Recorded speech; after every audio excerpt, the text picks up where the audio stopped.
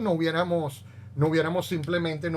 procedido a realizar la cobranza y no se hubiera generado los gastos de cobranza. Entonces, ¿cuál es el fundamento legal y qué se puede cobrar y qué no se puede cobrar? Eso va a ser el próximo jueves 27 de abril en la ciudad de Caracas, de 9 a 12:30. Es de manera presencial y también nos los han pedido de manera virtual por vía Zoom, la gente que no se encuentra en Caracas. Para mayor información pueden escribir al 0414, vía WhatsApp, por favor, 0414-117-4216, 0414-117-4216. Por favor, que sea escrito vía WhatsApp. Y repetimos, ese también queremos aclarar, por cierto, termino la idea, mejor dicho, disculpen. Todas nuestras actividades están respaldadas, avaladas por el Ilustre Colegio de Abogados de Caracas. La Hora de Natalia Legal emite el certificado de participación avalado por el Ilustre Colegio de Abogados de Caracas. Así que los esperamos, por favor. Una pregunta que hacen muy frecuentemente, que le han hecho a Jocelyn, me han hecho a mí, es ¿cuántos cupos quedan? Y siempre la respuesta ha sido la misma. A mí no me gustan en lo personal los salones grandes. No, que entonces si es por Zoom, eso puede ser ilimitado. No, bueno, técnicamente sí, pero nosotros no lo hacemos. ¿Ok? Tuvimos una oportunidad, bueno, excelente. Fuimos a una clase en el Colegio de Abogados. Era en el salón y bueno, resultaron que hubo 116 inscritos. Nos tuvimos que ir al auditorio, al aula magna del Ilustre Colegio de Abogados de Caracas. Perfecto, y fue todo chévere, pero fue presencial y bueno, se extendió obviamente. A nosotros no nos gustan un poco los salones más pequeños. Este salón presencial que vamos a tener en Caracas es excelente, bien ubicado, estacionamiento, seguridad, y va a haber refrigerio, va a haber café, va a haber comida, pero no, es un poco pequeño, es cómodo, tiene buen aire, pero es pequeño. Entonces, nosotros no podemos garantizar que guárdame el cupo, que después que no, y por Zoom igual. Ya en cualquier momento, yo le estoy preguntando, mira, ¿cuánto van? Va 1, va 2, va 3, van 10, van 8. Y en cualquier momento puede ser que cerremos la inscripción. Así que bueno, para que estén atentos al respecto. Bueno, como les comenté el día de ayer, que estuvo bien interesante, hubo mucha participación en el programa de ayer. Hablábamos sobre los condominios vacacionales, sobre esta situación de que ahora en vacaciones de repente de la noche a la mañana yo le quiero prohibir a alguien el uso del apartamento, el alquiler de su apartamento o de áreas comunes, o no quiero permitirle la entrada a sus invitados. Entonces, aparte de eso, comentábamos que el día de hoy, y lo adelantábamos ayer, íbamos a estar hablando sobre esta sentencia que hubo en marzo de la Sala de Casación Civil, la sentencia 00098, sobre la venta por documento privado. Entonces, lo que nos llama la atención es que siempre, bueno, hay cuentas, hay redes sociales que se dedican a esos análisis o a mencionar la sentencia, y siempre hay un extracto. Entonces la gente solo lee esos extractos, y eso es un grave error, leer solo esos extractos. No puede ser así, tienen que leerlos completos y analizarlos. Muchas sentencias como esta es de un caso particular, pero más allá de ese caso en particular, hay un fundamento jurídico para evitar. Es muy importante, repito, que los corredores inmobiliarios, que son los que en teoría busca una persona que quiere comprar o vender un inmueble, no sugieran que se haga un documento por vía privada. Y lo vamos a explicar ahora ampliamente, y sobre todo desde un punto de vista legal, porque voy a dar una explicación que de hecho considero que es muy correcto, muy académica, dice aquí Jocelyn, y bueno, ella también lo vio, pues ella básicamente venimos de la misma universidad, que es la Católica, y entonces eso es algo que a veces cuando uno estudia, que eso se ve en tercer año, si mal no recuerdo, en civil, uno dice, bueno, está bien, sí, pero ¿para qué tanto detalle con esas definiciones? Bueno, hoy lo vamos a ver el porqué. Así que manténganse en sintonía, por favor, que ya volvemos con todos ustedes aquí en la Hora de Natalia Legal, después de esta breve pausa, primera pausa comercial. Sí, Sei Lunal, buenas tardes. Doctor, buenas tardes. Gracias a ustedes, gracias por la sintonía. Un gran saludo para Elena Zárraga, Casa Modelo, también del Estado Carabobo. Bueno, gracias a todos, ya volvemos. Recuerda, con la Hora de Natalia Legal seguimos en contacto. Ya volvemos con todos ustedes.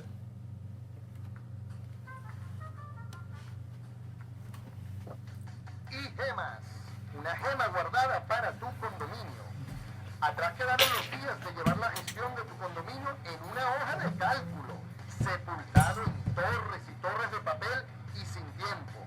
iGemas te ofrece GECON, su gema para condominios, la aplicación web que te permitirá llevar tu gestión al siguiente nivel, automatizando todos los procesos tediosos y repetitivos, permitiéndote así enfocar tu tiempo en aportar valor a tu gestión. Si deseas más información, ingresa a igemas.com.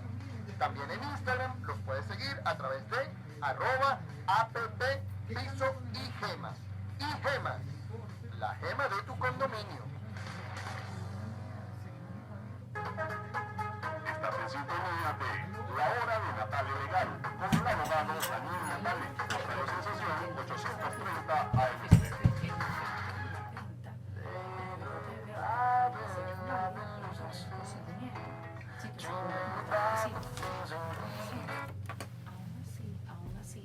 El tema de la protocolización no forma parte para que adquiera la validez del contrato. Eso es lo que voy. Porque no es un contrato solemne, no es como la hipoteca. Bueno, ahí difiero, sí. Claro, de todas formas, el que primero protocoliza se ostenta la titularidad. El tema es lo de los terceros. Bueno, exacto. Pues continuamos en La Hora de Natalia Legal a través de Radio Sensación 830 AM. Bueno, aquí hablando tras bastidores, que asumo que se estaba escuchando, no sé, al aire no porque estaba la música, pero aquí en las grabaciones, en las cámaras de YouTube y de Instagram posiblemente sí, aquí con Jocelyn Ayala, que aparte de haber sido nuestra alumna, que es nuestra asistencia de producción hoy en día, es abogada y también es corredora inmobiliaria de una de las grandes franquicias reconocidas a nivel internacional. Entonces estaba comentando ella también, bueno, lo que había leído y visto. Entonces ella hizo un comentario que precisamente yo no había tenido oportunidad de hablar con ella sobre cómo iba a desarrollar el programa el día de hoy, que normalmente sí lo hacemos, pero gracias, lamentablemente no lo habíamos podido hablar previamente. Y ella hizo un comentario que precisamente por ahí es donde queremos venir hoy nosotros a explicar este análisis de esta sentencia o de lo que están diciendo por ahí, que es desde un punto de vista jurídico nuestro análisis. Elsie Delgado, buenas tardes desde el estado Lara. Bueno, fíjense, como dije anteriormente, hay una sentencia de la Sala de Casación Civil que lo que se ha corrido en las redes sociales es que la compraventa privada de un inmueble es legal. Entonces, aquí hay que diferenciar, aquí el punto de vista que yo quiero dar en un principio es la definición o la clasificación de los contratos, ¿ok? Porque de ahí ves dónde va a venir el hecho de poder analizar si es válido o no algo, ¿no? Delicious Cake, saludos mi querido doctor, un gran saludo para ustedes también desde el estado Anzoátegui. Bueno, fíjense, más allá de la definición de un contrato, que si es un acuerdo, un convenio entre al menos dos partes para regular, regir, transmitir derechos, iniciarlos, básicamente son las reglas de lo que usted y yo acordamos. Y hay que partir del hecho de que el contrato, también lo establece la ley, es ley para las partes, siempre y cuando no viole, por ejemplo, el derecho público o no vaya contra el orden público y las leyes establecidas o sea violatoria de algún tipo de ordenamiento, de alguna ley que exista. A su vez, el contrato tiene que tener unos elementos que también califica la ley o define cuáles son esos elementos para su validez y para que exista un contrato como tal. Una cosa son esos elementos y la otra cosa son el momento del perfeccionamiento del contrato. Estos son términos y análisis un poco más jurídicos. Puede ser que haya corredores u otras personas de otra profesión que lo entiendan o no, pero particularmente estamos aquí hablando porque, repito, he escuchado unos audios y he visto unos audios, unas redes de corredores inmobiliarios, unos que sé que no son abogados y otros que, bueno, lo desconozco. Entonces, por ejemplo, dentro de esos elementos está el consentimiento, el objeto sobre qué va a pesar ese contrato y la causa. Ese objeto y esa causa tiene que ser lícita para empezar. Por ejemplo, no puede haber un contrato por ejemplo, de sobre trata de blanca o prostitución, porque el tema es ilegal. No puede haber, perdón, causa ilícita.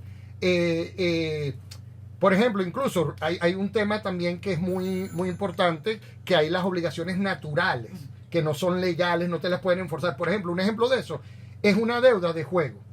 Yo fui a un sitio, jugué caballo o entre amigos se hizo una apuesta, algo y se perdió. No hay manera que alguien pueda ir a un tribunal a demandar a fulano porque debe una deuda de juego. Entonces es una obligación natural. Entonces no puede haber un contrato sobre eso porque la causa es ilícita. Entonces, aclarando esto, ojo, quiero hacer la acotación.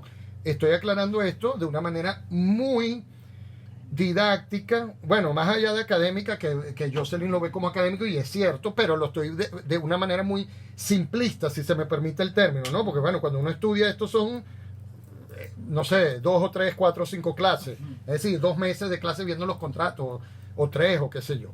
Entonces lo estoy explicando de una manera muy didáctica y muy simple, muy puntual y rapidito. Entonces, el contrato existe. Para que sea válido tiene que haber estos elementos que la propia ley en Venezuela define o clasifica cuáles son esos elementos. ¿Ok? Otro punto que es importante aclarar en Venezuela es que los contratos, todo el mundo dice que las palabras se las lleva el viento, que todo por escrito, y es verdad.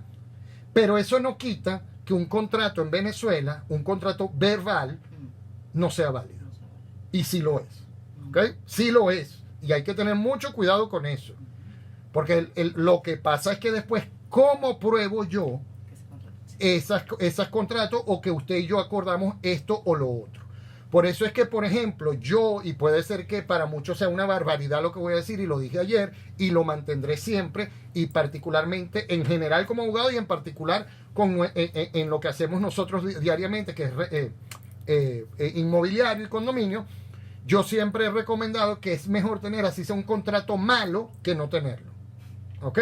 Porque por lo menos en el contrato malo, donde firmamos usted y yo sí puedo demostrar, mire señora o señor, usted y yo tal día, tal hora firmamos y estuvimos de acuerdo en esto. Resulta que usted no se asesoró bien o yo no me asesoré bien, yo soy mal abogado, no sé cuál es la ley y resulta que esto estaba malo, pero por lo menos la parte del monto está bien, la parte del tiempo está bien, la parte que usted es fulano y yo soy fulano está bien. Entonces, en nuestra opinión, un contrato así sea malo es mejor a no tener ningún tipo de contrato. ¿Ok? Entonces, nuevamente, el contrato es ley entre las partes. Para que sea válido tiene que haber unos elementos que son 3 establecidos en la ley. Y aparte de eso, también hay que aclarar que existen los contratos verbales y no verbales, escritos o verbales, y los dos existen y son válidos. Lo que pasa es que en el contrato oral el problema se convierte en un tema en materia probatoria. ¿Cómo demuestro yo que efectivamente, Jocelyn, yo le di esto o lo otro? Aparte de eso, de decir, por ejemplo, yo puedo hacer en la compra-venta hay algo que es la oferta, que todo el mundo escucha de eso, de la oferta real. Y la oferta real, a su vez, también está regulada de algunas maneras. Es decir, yo hago una oferta, hasta cuánto dura esa oferta, cuándo es aceptada, si es aceptada una vez o no, ya se establece el contrato, se perfecciona el contrato, y lo importante de esto es que ahí habría que ver quién empieza a ser responsable de esa cosa que fue objeto de esa oferta. Yo ofrezco, esto es un ejemplo, valga la acotación, pues fíjense la importancia legal de lo que estoy diciendo. Yo ofrezco, por ejemplo, que yo venga y diga, mira, yo ofrezco un Ferrari o este Tobo que es de oro y lo ofrezco esto es de oro sólido, mira, esto vale 10 millones de dólares y yo lo estoy ofreciendo aquí por 100 bolívares el primero que me pague. Y alguien llama y dice, mira, el primero que llamó fui yo, el primero que pagó fui yo se lo tengo que vender. Porque ahí hubo una oferta real. En este caso no hay una oferta escrita, sino, por ejemplo, en este caso que estamos en prensa o en radiodifusión, eso es lo que se conoce en derecho como público y notorio. Cuando está en prensa, cuando está en radiodifusión, es público y notorio. Entonces esa oferta, si usted la agarra, se perfecciona el contrato, pues ya hubo el consentimiento. Yo hice una oferta real y usted la aceptó. Y yo estoy obligado ahora a cumplir con esa oferta. ¿Ok? Dicho eso, posteriormente a eso, ahí es donde viene la importancia de saber y de conocer la clasificación de los contratos. ¿Ok?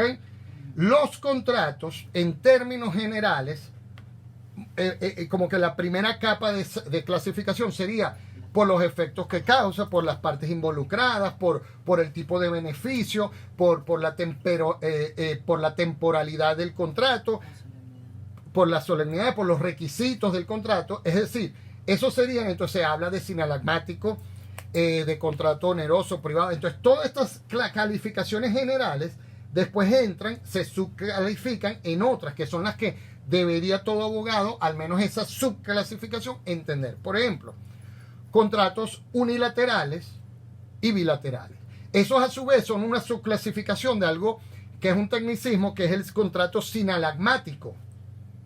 Y el contrato sinalagmático, por cierto, que es muy importante, a su vez se puede clasificar como contrato sinalagmático perfecto y sinalagmático imperfecto. Pero a su vez, esos entran, repito, dentro de la calificación de contrato unilateral o bilateral. Dentro de los contratos unilaterales y bilaterales también el contrato puede ser oneroso o gratuito. Por ejemplo, el contrato puede ser real, donde hay que se obliga a entregar una cosa, un inmueble, por ejemplo, o prenda, es un contrato real. Un contrato por los efectos que causa o cuando cuando se ejercen esos derechos. Bueno, de consecuencia inmediata o de tracto sucesivo. Contratos condicionales. Bueno, mira, de acuerdo, vamos a hacer esto, lo otro. Si llega de aquí a 30 días, si se cae esa pared, tienes que volver a construir otra. O si se llueve, tú estás obligado a hacer tal cosa. Esos son contratos aleatorios. En fin, hay diversos contratos. Y uno de estos contratos muy importantes es el contrato solemne y formal, que tiene que ver también con el contrato sinalagmático. ¿Qué es sinalagmático? Que es básicamente un contrato bilateral. Hay obligaciones para ambas partes. Por ahí vamos, ya nos estamos encaminando hacia el contrato de compraventa, particularmente de inmuebles. ¿Ok? Sinalagmático. Ahora, el sinalagmático a su vez se divide en contrato perfecto o imperfecto. Perfecto, ¿qué es? Que al momento de la firma del contrato hay obligaciones y derechos para ambas partes. Yo me obligo a venderle esto, y usted se obliga a pagarme esto por esto. Bueno, ahí está perfecto. Sinalagmático imperfecto es que esas obligaciones, que las tenemos los dos, son en distintos tiempos. Yo ahorita estoy obligado a hacer esto, pero tengo que esperar, o posteriormente, bajo cualquier tipo de condición, usted, su obligación hacia mí vendrá posteriormente o antes. Bueno, eso depende del tipo de contrato. Ahí viene el sinalagmático imperfecto. El contrato de compra-venta, en principio, es un contrato consensual que se perfecciona con el consentimiento. Y ahí viene el ejemplo que di anteriormente. Yo tengo este carro aquí de $1.000.000 y digo, mira, yo estoy necesitado ahorita, estoy vendiendo esto con carácter de urgencia en $100. Y alguien llama y se aparece aquí y me dice, toma, que están los $100, yo estoy obligado a dárselo. Pues yo ya hice la oferta y hubo una aceptación. Y consensualmente, como ya hubo ese consentimiento, ya esa propiedad está vendida. Más allá de que todavía yo sea el titular. Pero ¿cuál es la importancia relevante de esto? Que ahora el propietario pasa a ser esa otra persona y supuestamente ahora es él quien se tiene que encargar como buen padre de familia a cuidar de esta cosa. ¿Ok?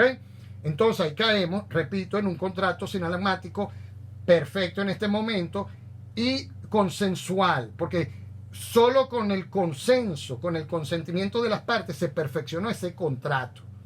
Entonces, bueno, es una compraventa. Mira, te vendo este inmueble, te vendo este apartamento, 500 metros cuadrados, 5 baños, 10 habitaciones, entonces ¿tú lo quieres? Sí, se perfeccionó.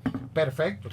Puede ser que se haya perfeccionado ese contrato en ese momento, pero hay otras consecuencias que ya las vamos a tener que hablar posterior de esta segunda pausa comercial, que vamos a hablar ahora del contrato solemne y formal, ¿ok? Que sería otra característica o que complementaría este tipo de contrato. Vamos a continuar hablando de esto cuando volvamos de la segunda pausa comercial aquí en La Hora de Natalia Legal. Recuerda, con La Hora de Natalia Legal seguimos en contacto. Ya volvemos. Ya regresamos con más de La Hora de